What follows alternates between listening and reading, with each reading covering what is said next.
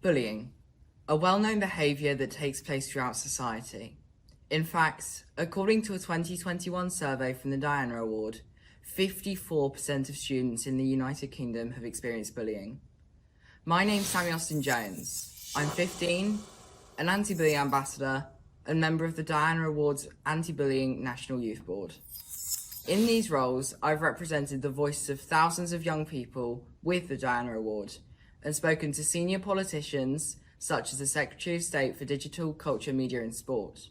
Today, I will discuss the manipulative stereotypes of bullying created by society and how it compares to reality. I will also be taking a look into the different methods that are used to tackle bullying and the effects of them. A very prominent stereotype has been created about bullying behaviour, and society has come to believe that it is always the same. It's not. The different varieties and variations of bullying that exist are often overlooked. The key stereotype of bullying behaviour is aggression. Our society believes that all bullies have nasty, vicious attacks that aim to hurt, such as deliberate physical abuse. But that isn't always the case. Bullying could be passive-aggressive, as listed as repetitive condescending looks that are very hurtful to the victim. Cyberbullying has come to light a lot more in recent years, particularly following the significant rise of popularity on social media platforms.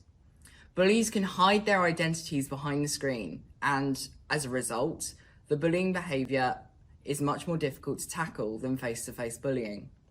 In simple terms, it is faceless trolls who only seek to hurt. Unfortunately, only 65% of young people who have experienced bullying have reported it due to the stigma around being bullied. Also, there's an issue with misinterpretation of comments due to the lack of vocal tone and body language. The sender may intend for the message to come across positively or as a joke, but due to the absence of emotion in the comments, it can be seen as a complete opposite by the recipient. It may cause strain on friendships and relationships.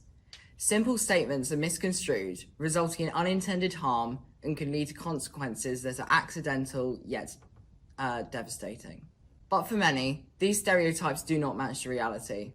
Often, people feel bullied by other people's jokes and pranks that lack awareness due to the emotional impact. Our society often doesn't recognise that bullying occurs everywhere, every day. One of the main reasons that the act of bullying thrives within the global population is the negative stigma that its victims feel. They often feel inadequate, that it is their fault, and they can't do anything about it.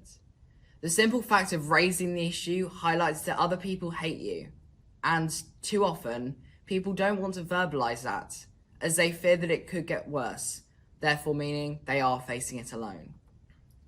Then there's the stigma of the organisations. Schools don't want to highlight that bullying takes place because it indicates issues with behaviour. Schools are required to keep a record of the bullying incidents. The closer to zero, the better. Or is it? Many people don't realise how hidden many cases of bullying behaviour can be. Just one small joke every day or repeatedly calling someone names is bullying. Some people may see this as banter, but they are being mindless towards the feelings of their peers. As a society, we must learn to think about the impacts of our words before we say them and reflect on our experiences to ensure that we are selfless and care about ourselves and our community. There are many different risk factors as to why bullying may occur to an individual. Parents. The type of parenting you provide to your child can increase their likelihood of being bullied. According to the Anti-Bullying Alliance, protective parenting lowers the chances, whereas punitive parenting raises them. However, we must do so relatively, as overprotectiveness is only reasonable to an extent before it becomes harmful. There are many different risk factors as to why bullying may occur to an individual. Parents. The type of parenting you provide to your child can increase their likelihood of being bullied. According to the Anti-Bullying Alliance, protective parenting lowers the risk of being bullied, whereas punitive parenting raises it. However, we must do so relatively, as protectiveness is only reasonable to an extent before it becomes harmful. Especially in recent years, homophobic, transphobic, and racist bullying has come to light. Not only does identifying as LGBTQIA+ significantly increase the risk of bullying, but it also poses higher chances of self-harm and suicidal thoughts. Almost 9 in 10 secondary school teachers have witnessed or are aware of homophobic and transphobic bullying occurring within their school.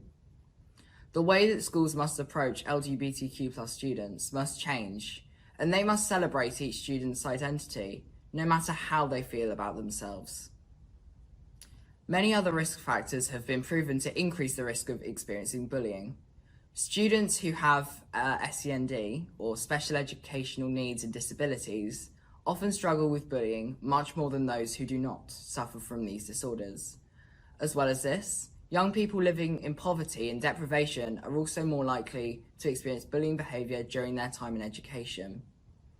Finally, for years, a person's race and culture can significantly increase the likelihood of being the victim of bullying, and many studies have proven such in the past few decades. The key is to embrace that we are human and like to have fun, feel good about ourselves, compare ourselves to others, and most importantly, make mistakes. As an organisation, don't shy away and hide from bullying. Seek it out, because when a feeling of bullying is resolved, the happier the place you have. A bullying incident is usually easy to fix, because it typically just needs a conversation to highlight the unintended impact of actions or words. Try this instead. Don't count the number of bullying incidents. Count the number of relationships that have been developed and improved. Doing this helps to create confidence to speak out and enables conversations about tolerance. Recently, there was a devastating report about the large-scale bullying from NHS managers against its own employees.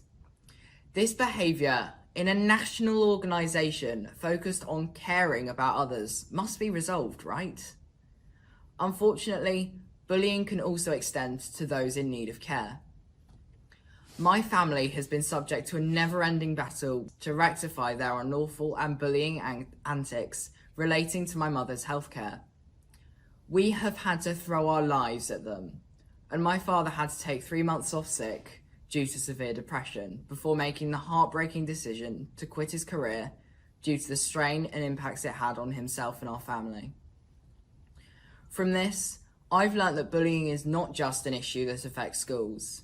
It is a major global issue that we can find anywhere, from small businesses to large national institutions, and between social acquaintances, colleagues, and business partners. As a society, we must understand this and learn that bullying does not meet the stereotypes. By accepting the well-known belief, we are potentially restricting thousands of young people from speaking out. I may be 15 and talking about schools, but I believe strongly in the quotation from Princess Diana saying that young people have the power to change the world, because this applies everywhere. By helping people open up and discuss relationships and how or why behaviours occur, we can improve understanding and productivity. We must work together as a society to put in prevention and intervention methods to tackle bullying behaviour. How does this impact the more stereotypical forms of bullying? If you tackle the lower level actions causing hurt and encourage people to speak out, we can break the stigma, and more people will speak out about the more significant issues. If you tackle the lower level actions causing hurt and encourage people to speak out, we can break the stigma, and more people will speak out about the more significant issues. Thank you for listening.